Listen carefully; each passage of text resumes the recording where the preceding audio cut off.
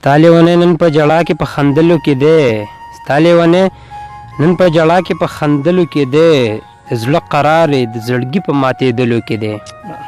ستا لیونی نن په جړا کې په خندلو کې دی، د زړه قرار د زړګي په ماتېدلو کې دی.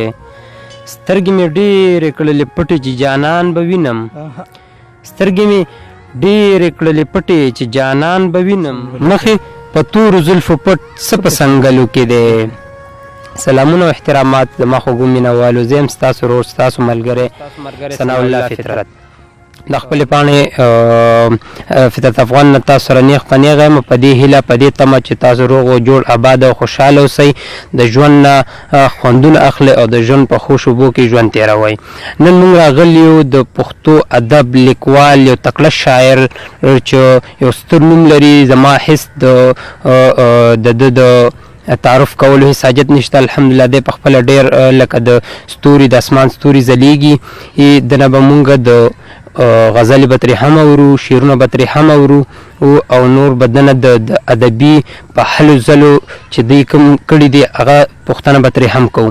نو ټول نه وړاندې خو زه محمد انور صاحب ته په خپل پروګرام کې خورو ملغلرو کې ورته هرکلی وی. مهرباني، مننه مینهوالو، السلام علیکم. ډېره ډېره مننه او د فطرت صاحب ډېره مننه او سره سلمان نیاز او چې دوی ډېر بس ډېرې منډې ترلې مو وایو خو آخر ګیر شو. مهرباني، ډېره مننه انور صاحب. دا ته ووایې انور صاحب چې ژوند مو څنګه تېرېږي؟ ژوند خو الحمدلله ډېر ښه دی، ډېر په خوند روان دی، ډېر مزېدار دی. شکر دی ډېر لاک د الله تعالی لاک شکر دی چې ژوند هم ډېر ښکلی او ډېر مزېدار روان دی. خیر دی وي. انور صاحب دا تاسو راته اوس دا ووایئ چې د پښتو په کومه برخو کې مې ډېر زیات کار کړی دی؟ یاره ملګريه، د پښتو په هر دغه کې مونږ تقریبا ډېر دغه هم کړی، خو په غزل او په نظم کې ډېر زیات کار کړی. خو چونکې مزاحیه مشاعرو کې ناست شو، ملګرو سره ډېر ناست پاس یو، نو د هغې دغه هغه رنګ اخیستی دی. په مزاق کې مونږ ډېر څه لیکلي کړي. انشاءالله مخکې چې پروګرام روانېږي اورئ به که خیر انشاءالله.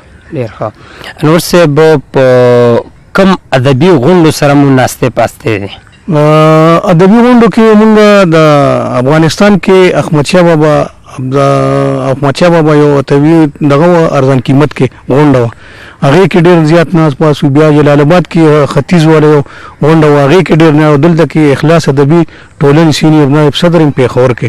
نو انشاءالله چې بس لګیا یو د کشران راځي، ډېر ښکلي شاعران راځي او ډېر ښکلی یو ماحول جوړ دی. ډېر ښه انور صاحب. انور صاحب یو اخري پوښتنه تاسو نه بله هم کومه چې د کتاب په هکله مو څه نظر دی؟ کتاب خو چې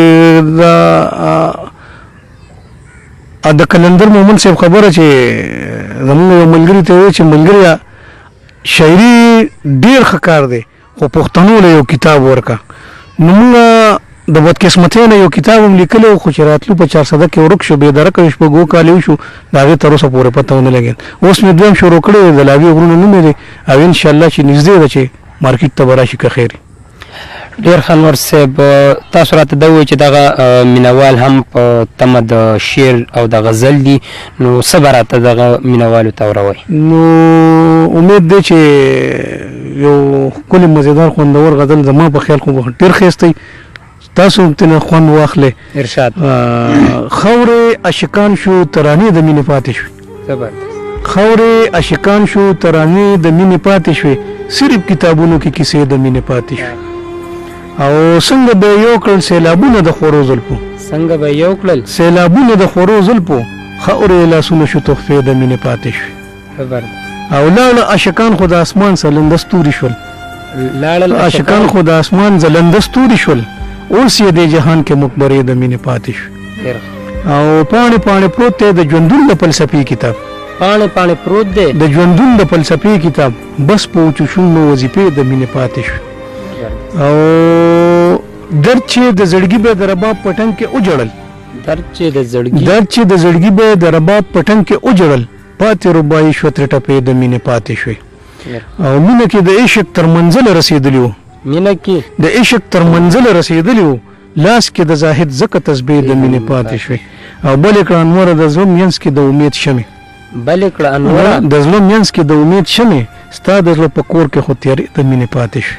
زبردست انور صاحب ډیره مهرباني چې تاسو مونږ ته غزل ویلو خو مونږ او زموږ مینوال یو غوښتنه بل هم کوي چې تاسو مونږ ته په دغه وړوکي شان شپږ اتو منټو کې په دې پروګرام کې یو بل هم غزل ووایو نو سرجي چې زړه زخمي ګنډې مې که نه ستا خوښه زړه زخمي ګنډې مې که نه ستا خوښه مالګې پیشیندې او که نه ستا خوښه او تا ویل سبا به په واده درځم تا ویل سبا به په واده درځم لوز دوست پالې او که نه ستا خوښه او ستا په جدایۍ کې شم لوګې لوګې ستا په جدایۍ کې شم لوګې لوګې نور که مې سیزې او که نه ستا خوښه نو وا دې ورېد زما د لیونتوب خبر خبر اوس یې ته منې او که نه ستا خوښه او تا مې د احساس تارونه اوشلول نور یې ته چیړې او که نه ستا خوښه او ما خو هسې لوز در په یاد کړلو تی پوره کوي او که نه ستا خوښه او بیا زما د مرګ نه پس په قبر مې شب بلوي او که نه ستا خوښه او بس د انتظار ډیوه مې مړه شوله یاره ته راځې او که نه ستا خوښه نو تل به د انور په زړه کې یادې ته ته یادوي او که نه ستا خوښه ډېره مننه لالا چې تاسو مونږ ته د غومره وخت راکو او تاسو نه مونږ دغه وړوکو شان خپرونه ریکارډ کړه د خپل دغه خپرونه دې کې راغونډومه زه د مننه د انور لالا هم کوم او د خپل کیمرامین سلیمان نیاز مننه هم کوم چې هغې مونږ له دغه موبایل ونیو او مونږ ترې یو وړوکې شان خپرونه یې راته ریکارډ کړه خوشحاله او آباد اوسئ تر را روانه خپرونه پورې په پاک الله سپارم د الله په امان